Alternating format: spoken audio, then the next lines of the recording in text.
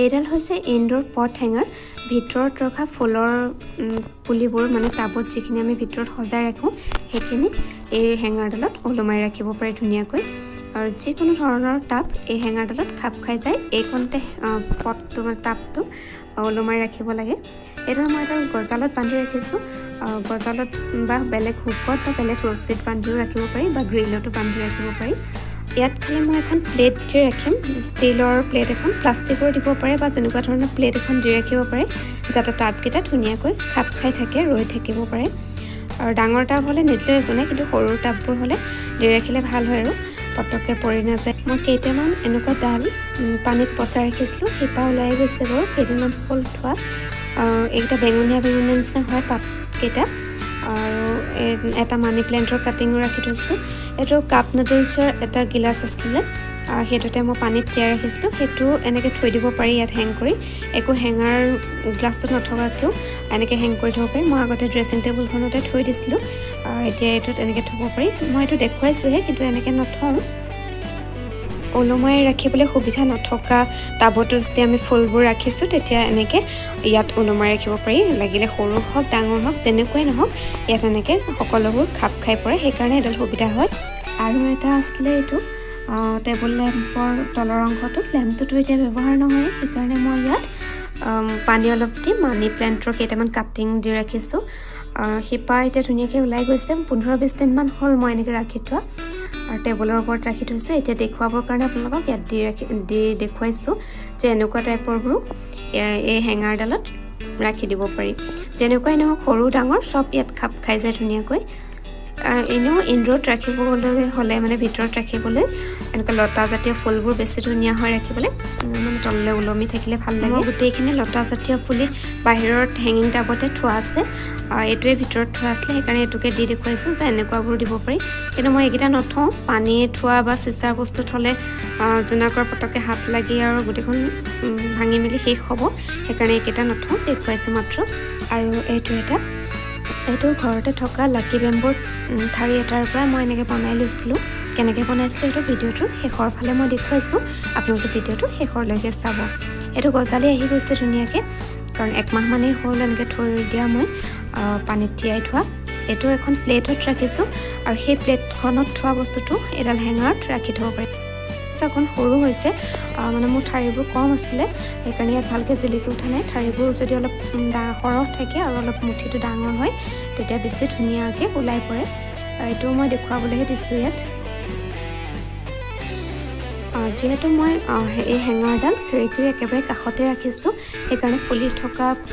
টাবো দিব পাৰোঁ মানে ফুলি থকা ফুলৰ টাবো ৰাখিব পাৰোঁ আৰু ৰ'দটো অলপ পাই থাকিব বা বতাহো বাহিৰত পাই থাকিব আৰু এইটো হৈছে পৰ্তুলকা ফুলৰ পুলি আৰু পৰ্তুলকাটো এনেও অকণমান ৰ'দ পালেহে ধুনীয়াকৈ ফুলে সেইকাৰণে মই এইটো ৰাখিছোঁ খোৱা ৰুমটো আহল বহল হ'লে আৰু খিৰিকীৰ কাষত জেগা থাকিলে এনেকুৱা হেঙাৰ 2-3ডাল ৰাখি ল'ব পাৰে আৰু আলহী বহা ৰুমতো ৰাখিব পাৰে বেলকনি থাকিলেতো এনেকুৱা ৰাখিবই পাৰে বহুত ভাল হয় ইনডোৰ প্লেণ্ট হেং কৰিবৰ কাৰণে এনেকুৱাবোৰ আৰু অকণমান খিৰিকীৰ কাষত ৰাখিলে বেছি ভাল হয় যদি ৰুমৰ ভিতৰত ৰাখে তেতিয়া মানে বতাহ আৰু ৰ'দৰ পোহৰটো ধুনীয়াকৈ পাই থাকে ৰ'দটো অকণমান পাবই লাগে যিমানে ইনডোৰ প্লেণ্ট নহওক লাগিলে অলপ ৰ'দ আৰু বাহিৰৰ বতাহকণ অলপ হ'লেও পাব লাগে ফুলখিনি ভাল হৈ থাকে এতিয়া মই হেঙাৰডালত ৰাখিম এইটো বাঁহৰ পুলি এইটো বেছি ওখ নহয় 1 ফুটমান হয় আৰু পাতবোৰ বহুত মিহি মিহি হয় ঘাঁহৰ নিচিনা ধুনীয়া লাগে জোপোহা হৈ যায় এইটো 5 বছৰমানৰ আগতে এটা পুলি কিনি আনিছিলোঁ তাৰ পৰা মই গজালিখিনিৰ পৰা 6-7টামান পুলি কৰিলোঁ আৰু কেনেকৈ কৰোঁ সেইটো ভিডিঅ'টোৰ শেষৰ ফালে দেখুৱাইছোঁ আৰু এনেকৈয়ে যদি আপোনালোকে ভিতৰত ফুলপুলি থৈ ভাল পায় ফুলপুলি ইনডোৰ প্লেণ্ট ৰাখি ভাল পায় তেনেহ'লে এনেকৈ যত্ন কৰি চাব পাৰে এবাৰ আৰু মই ভিতৰত ৰখা বাঁহপুলিটো অৰিজিনেল বাঁহপুলিটোৰ পৰা ওলোৱা গজালিৰে কেনেকৈ ৰুই লৈছিলোঁ সেইখিনি দেখুৱাইছোঁ আৰু এইকেইটা হৈছে অৰিজিনেল বাঁহজোপাৰ কাষে কাষে ওলোৱা গজালিকেইটা অকণমান ডাঙৰ হোৱাৰ পিছত মানে পাতকেইটা হৈ যোৱাৰ পিছত মই 3-4টা একেলগে লৈ আহিছোঁ শিপাৰে সৈতে উঘালি আনিছোঁ আৰু বাঁহজোপা যিমানে পুৰণি হৈ যায় এনেকুৱা গজালি বহুত বেছি ওলাই যায় কাষে কাষে আৰু মই একেলগতে 3-4টামান ৰুই দিওঁ তেতিয়া বেছি ধুনীয়াকৈ জোপোহা হয় বাঁহজোপা এজোপা খালি বহুত পানী বা বহুত ৰ'দ এনেকুৱাত ৰাখিব নালাগে ইনডোৰত ৰাখিবৰ কাৰণে বহুত ভাল হয় আৰু আগটো যদি ধুনীয়াকৈ কাটি ৰাখে তেতিয়া জোপোহা হয় গোল হৈ যায়গৈ আৰু ওখটোহে কৈছে বহুত বেছি নহয় খুব বেছি 1 ফুট হয় আৰু সেইকাৰণে ভাল লাগে টাবটো একদম কভাৰ কৰি ৰাখে আৰু এইকেইটা মই ৰুই দিলোঁ ৰুই হোৱাৰ পিছত 1 মাহমানলৈকে মই অলপ যত্নকৈ ৰাখিম মানে বহুত বেছি পানী নিদিওঁ বা বহুত বেছি ৰ'দ নিদিওঁ কিন্তু ৰাতিপুৱা 2-2.5 ঘণ্টামান অকণমান ৰ'দটো পাবলৈ দিম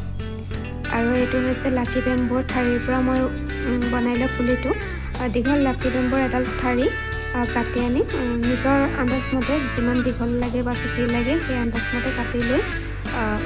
এনেকৈ মেৰিয়াই ল'ব লাগিব মেৰিয়াই ল'বলৈ মই দিগদাৰ হৈছিলে কাৰণে মই টেপ এটা মাৰি তাতে হাতটোত লগাই গৈছোঁ হাতেৰে ধৰি ৰাখিবলৈ দিগদাৰ হয় ইফালে সিফালে গুচি যায় মই ঠাৰিকেইডাল বহুত দিন ধৰি পানীত তিয়াই ৰাখিছিলোঁ কাৰণে শিপা আৰু গজালি প্ৰায় ওলাই গৈছে তথাপিতো মই এতিয়া এনেকৈ পুলিটো বনাই ল'ম এডাল এডালকৈ এনেকৈ লোৱাৰ পিছত মই ইয়াত এটুকুৰা পাইপ ভৰাই লৈছোঁ পাইপৰ টুকুৰা এটা যিকোনো বস্তু ইয়াত ভৰাই ল'ব পাৰে যাতে ৰৈ থাকে বস্তুটো আৰু তাৰপিছত মই গাঁঠি মাৰি দিম ধুনীয়াকৈ আৰু গাঁঠি মৰাৰ পিছত টেপটো খুলি দিম আৰু গাঁঠিটো ভালকৈ মাৰিব যাতে ফুলুক থুলুক নহয় ওলাই নাহে মই 2টা গাঁঠি এনেকৈ মাৰি ল'লোঁ এতিয়া এইটো ধুনীয়াকৈ ৰৈ আছে এতিয়া এইটো সজাব পৰাকৈ হৈ গ'ল পানীত তিয়াই থ'ব পৰাকৈ আৰু এইটো মই এতিয়া অলপমান পানীত তিয়াই ৰাখিম প্লেটখনত অকণমান পানী লৈছোঁ বহুত বেছি ল'ব নালাগে ইমানকণি ল'ব শুকাই গ'লে আকৌ দি থাকিব আৰু এনেকৈ গিলাচত ল'লেও অকণমানেই ল'ব মই ইয়াত কেইটামান মাৰ্বল দি দিম সজাবৰ কাৰণেও হওক বা এইটো ধৰি ৰাখিবৰ কাৰণেও হওক নপৰাকৈ আপোনালোকে শিলগুটিও দিব পাৰে ধুনীয়া লগা শিলগুটি বা মাৰ্বল দিব পাৰে যদি ঘৰত এনেকুৱা লাকি বেম্বু আছে তেতিয়া এনেকৈ বনাই চাব পাৰে একেবাৰে সহজ আৰু যদি আপোনালোকৰ ভিডিঅ'টো চাই ভাল লাগে তেনেহ'লে প্লিজ মোৰ চেনেলটো ছাবস্ক্ৰাইব কৰি দিব ধন্যবাদ